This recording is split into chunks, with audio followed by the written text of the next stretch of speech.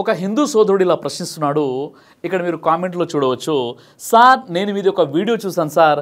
ముస్లిం మతంలో స్త్రీకి చాలా హక్కులు ఉన్నాయి అన్నారు కదా, మరి ఇరాన్లో 9 సంవత్సరాలు దాటిన ఏ స్త్రీకైనా సరే పెళ్లి చేసే అర్హత ఉందంట, మరి దాని గురించి మీరు చెప్పలేదు, మరి ఎందుకో మరి నాకు కారణం ఉంది సార్, అది కొంచెం చెప్పండి. ముస్లిం మతంలోనే స్త్రీ స్వేచ్ఛ హక్కులు చాలా తక్కువ. నేను ఈ విషయం మీద మీకు మెసేజ్ పెడతాను, మీరు నాకు రిప్లై ఇస్తారో లేదో వీడియో చేయండి, నాకు కొద్దిగా డౌట్ ఉన్నాయి సార్ అని శ్రీనివాస అని నా యూట్యూబ్ ఛానల్ యొక్క సబ్స్క్రైబర్ ఈ క్వశ్చన్ అడుగుతున్నాడు.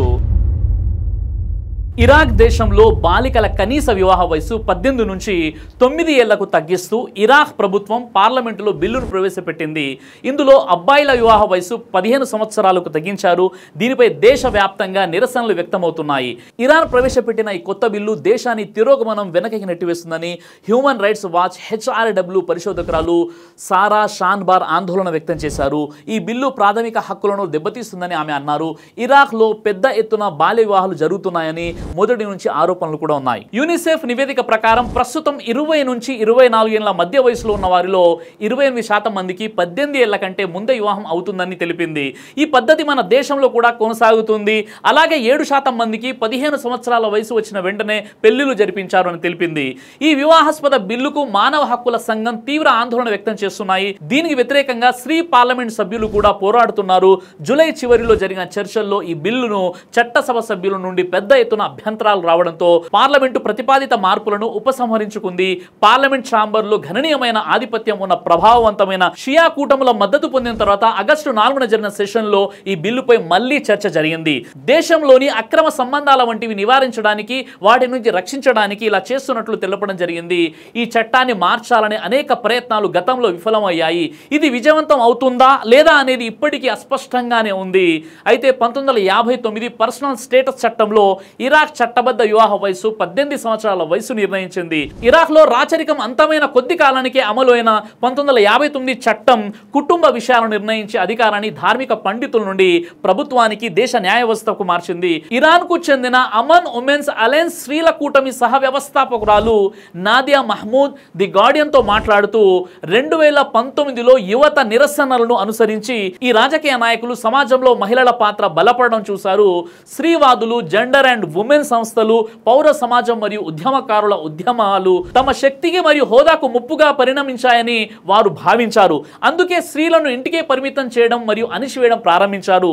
స్కూల్ డ్రెస్ లో పుస్తకాలు పట్టుకుని వెళ్లాల్సిన అమ్మాయిలు పెళ్లి దుస్తుల్లో కనిపించడం సరైన విషయం కాదు అని అనేక మంది ఖండిస్తున్నారు కూడా. ఈ బిల్లు వలన అనేక రకాల ఇబ్బందులు కలిగేటటువంటి అవకాశాలు ఉంటాయి. ముఖ్యంగా పిల్లల ఆరోగ్యం, ఎడ్యుకేషన్ దెబ్బతింటుంది, డొమెస్టిక్ వైలెన్స్ పెరుగుతుంది, ఎర్లీ ప్రెగ్నెన్సీల వల్ల తీవ్రమైన ఆరోగ్య సమస్యలు కూడా రావడం జరుగుతుంది. ఈ అక్రమ సంబంధాలు తగ్గించడం అనేది వివాహాల వయసు 9కి తగ్గిస్తే సరిపోదు. వాటికి సంబంధించి అల్లాహ్ ఖురాను గ్రంథంలో అనేక వాక్యాల్లో హెచ్చరికలు చేశాడు. మరి ప్రవక్త ముహమ్మద్ సల్లల్లాహు అలైహి వసల్లం వారు కూడా అనేక విషయాలను బోధించారు.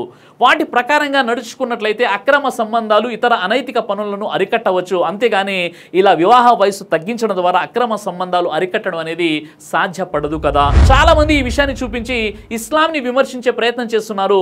వాస్తవంగా ఇస్లాంలో చిన్న వయసులో అమ్మాయిల వివాహాలు జరిపించండి అని ఎక్కడ కూడా చెప్పబడలేదు. ఇస్లాంలో వివాహాలు అనేవి అక్కడ ఉన్నటువంటి పరిస్థితులు, అక్కడ ఉన్నటువంటి చట్టాలని బట్టి మీరు వివాహాన్ని జరిపించండి అని ఉంది. ఈ విషయంలో చాలా మంది ఇస్లాం విమర్శకుల పుస్తకాలు చదివి ముహమ్మద్ ప్రవక్త సల్లల్లాహు అలైహి వసల్లం వారు ఆయిషా రదియల్లాహు అన్హా వారిని 9 సంవత్సరాల వయసులో ఆయన వివాహం చేసుకున్నారు కాబట్టి అందుకే ఇరాక్ వివాహ వయసు 9 సంవత్సరాలకు తగ్గించడం జరిగిందని ఈ విధంగా అజ్ఞానంతో విమర్శించేటువంటి ప్రయత్నాలు చేస్తున్నారు. కానీ ప్రవక్త ముహమ్మద్ సల్లల్లాహు అలైహి వసల్లం గారి మొదటి వివాహం తనకంటే 15 సంవత్సరాల పెద్దది అయినటువంటి ఖతీజా గారితో జరిగింది. అరబ్బులో వివాహాలు అనేవి తమ కంటే వయసులో చాలా పెద్దవారిని లేదా చాలా చిన్నవారిని చేసుకోవడం అనేది సర్వసాధారణంగా జరిగేది. అలా అని చిన్న వయసులో వివాహాలు జరిపించండి అని ఇస్లాంలో ఎక్కడ కూడా ప్రోత్సహించబడలేదు.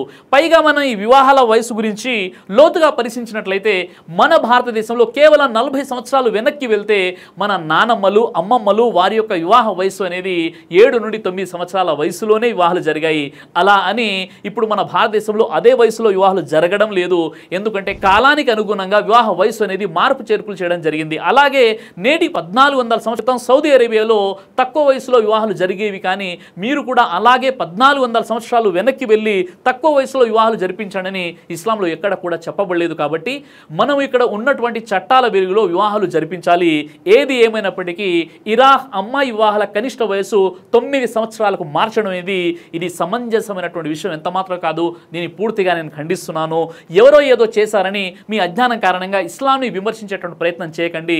మీకు నిజాలు తెలియాలంటే ఖురాన్ మరియు ప్రవక్త ముహమ్మద్ సల్లల్లాహు అలైహి వసల్లం యొక్క జీవిత చరిత్రను చదవండి. ఇక్కడ ఉన్నటువంటి ఖాజీలు ఎవరైతే ఉన్నారో మన భారతదేశంలో వారు భారతదేశ చట్టాలను అనుసరించి 18 సంవత్సరాలు నిండినటువంటి అమ్మాయిలకి వివాహాలు జరిపిస్తున్నారు. అదేవిధంగా అబ్బాయిలు అయితే 21 సంవత్సరాలు నిండినటువంటి వారికి వివాహాలు జరిపిస్తున్నారు. అంటే అక్కడ ఉన్నటువంటి పరిస్థితులు ఆ దేశంలో ఉన్నటువంటి చట్టాలకు అనుగుణంగా మీరు వివాహాలు జరిపించండి అని మనకు ఉలమాలు అంటే ధార్మిక పండితులు ఫత్వాలు కూడా జారీ చేశారు. కాబట్టి ఇరాక్ ఏదో చేసింది కాబట్టి అది ఖురాన్ మరియు హదీస్ని అనుసరించి చేశారని చెప్పేటటువంటి అజ్ఞానం ఏదైతే ఉందో ఇది ఎక్కడ కూడా మీకు కనిపించదు.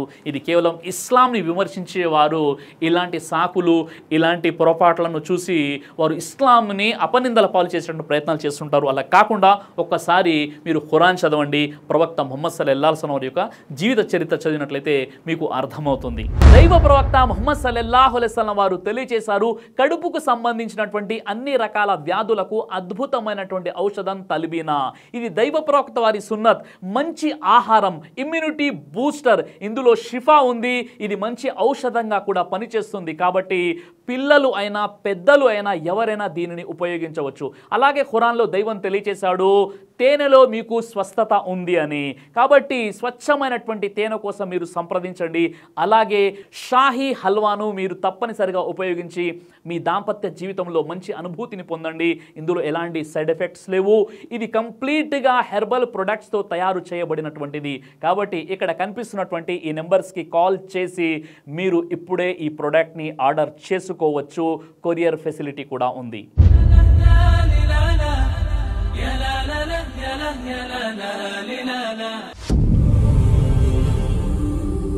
బ్రదర్ సిరాజ్ అని యూట్యూబ్ ఛానల్ని మీరు సబ్స్క్రైబ్ చేసినట్లయితే ఇన్షాల్లా దైవచిత్తం అయితే మీకు వీడియోస్ వస్తుంటాయి. అదేవిధంగా బ్రదర్ సిరాజ్ అనేటటువంటి ఫేస్బుక్ని కూడా లైక్ చేయడం వల్ల మీకు వీడియోస్ వస్తుంటాయి.